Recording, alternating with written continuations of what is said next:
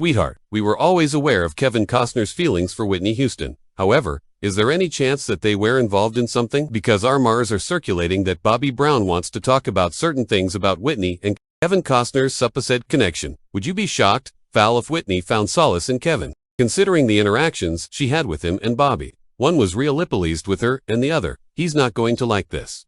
But yes. And then did you try to overcompensate? I tried to play down all the time, and you know, other than being jealous of Whitney's success, Bobby was also 1000% jealous of Kevin and Whitney's relationships. And it was pretty clear from the way he answered questions about their intimate scenes. You see the film A Bodyguard and Kevin Costner during those intimate scenes. What's it like sitting back in a theater and you see someone you're very close to involved in? You recognize that it's acting. But is there just a hint of jealousy or anything that goes through your body when you see those sorts of scenes? No. Who she comes home to every night. And there's no way she kissed him like she kissed me. If it was, there would be a little bit of jealousy. But there's not too much of intimate scenes with them in the movie. You know, it's like off and on, you know, right? A kiss here and a kiss there. But you know, that's a lot less than what he has reportedly been talking more about his feelings behind the scenes. And that is precisely what we will be discussing, all right.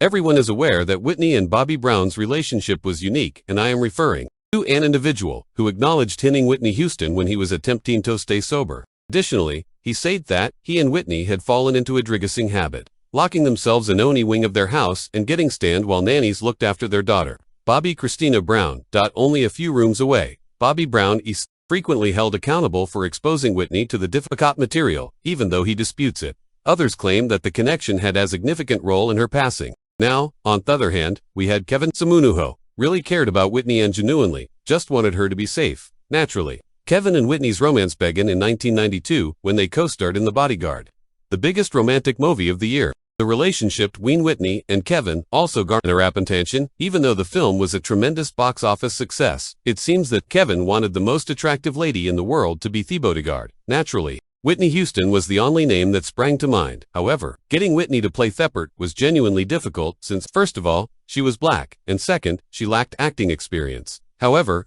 Kevin thought Whitney was ideal for the part. Honey, you were great. You sang the whole damn song without AB and you made the picture what it was. A lot of leading men could have played me part. A lot of guys could have filled that role, but you, Whitney, I truly believe that you were the only one that could have played Rachel Marin at that time. Whitney also discussed how that experience was for her, stating that Kevin personally contacted her about that Rachel Marin job and was adamant about having her star alongside him. Whitney claims that Kevin even threatened to cancel the film if she didn't work with him. And you know what? Additionally, it was Kevin who suggested Whitney sing I Will Always Love You. And because he believed that their passion in the film would be indisputable, he asked her to perform a cappella at the opening juncture, as Kevin had imagined. There was no denying that chemistry. It's just a deal. Indeed, it was so flawless that many people believed there was more going on behind the scenes. Furthermore, according to a source, Kevin was unable to take his eyes off Whitney. But by the time the movie ended, Whitney was getting married to Bobby Brown and ending her relationship with Kevin. At the time, Kevin was also married, but his union was already tumultuous. After Whitney passed away, Kevin was among those who paid his respects at her burial since he loved her so much. Many individuals at the time claimed that he was speaking as if he had recently lost this cherished wife.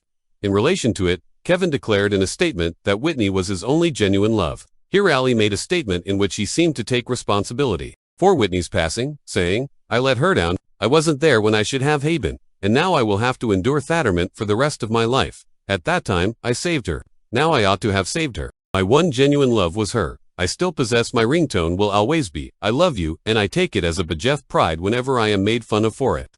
Another thing about Kevin is that he genuinely cared about Whitney and made an effort to assist her. He even talked candidly at the letters he used to write to Whitney in the hopes that they would help her obtain the support she needed to fight her addictions in an interview with Anderson Cooper of CNN.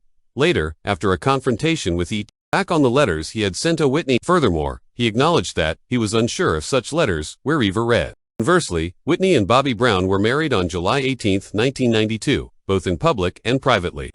Many people had doubts about the relationship. After all, Whitney was America's darling, and her impeccable reputation was based on her songs about desire and love. Bobby, on the other hand, was the current bad boy of music. He had been a bang bang before, had been connected with gangs as a teenager, and was already a father to 3 children from Furthermore, in 2019, Robin Crawford, Whitney's friend and former assistant, released her memoir, A Song for You, My Life with Whitney Houston.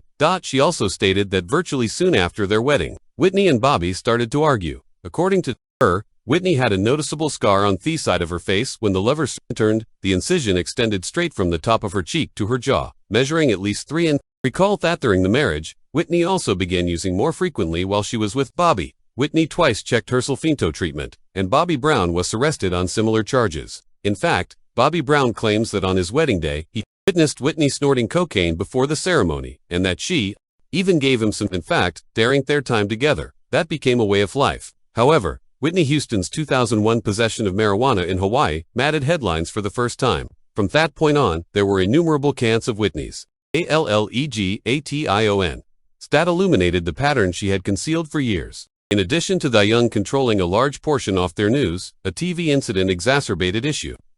Bobby Brown was taken into custody in 2003 for allegedly hitting Whitney. However, she stood by her husband in court and he was found not guilty despite never touching her. However, nothing raised more awareness of the couple's relationship than their presence on the reality program Being Bobby Brown.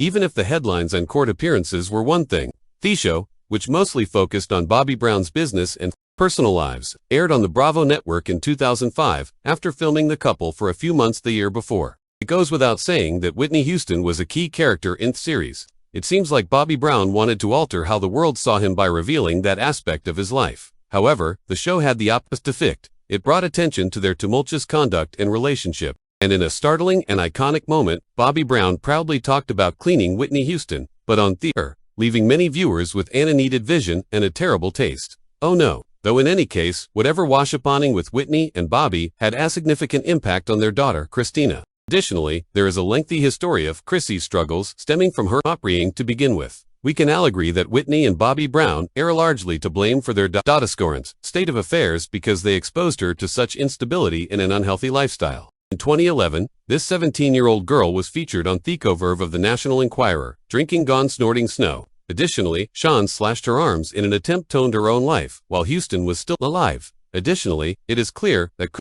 never had a stable upbringing since Whitney kept her always on the go, taking her to public events, performances, and awards. When she was at home, they would spend days and weeks binging on various drugs. However, Bobby Brown has also refuted a number of the accusations made against him. And throughout the years, Kevin has made Whitney appear like an angel when has only made her look awful. For example, Kevin recalled his relationship with Whitney at the 2022 Screen Actors Guild Awards, stating that there are some moments and pictures that people will always remember when films are at their greatest. For The Bodyguard, it was Whitney's rendition of I Will Always Love You. I think we'll never forget when that little song came out and she just blew up. Kevin remarked, the world was never the same, musically once she sang the first section of it. A cappella Kevin, no falsehoods were found. No falsehoods, Kevin, once more. Announced on Instagram on September 2022 that The Bodyguard will be showing on a large screen to mark its 30th anniversary. He also commended Whitney once more, stating, I'm thrilled that we can all see this movie again and feel the magic that occurred when Whitney took the camera.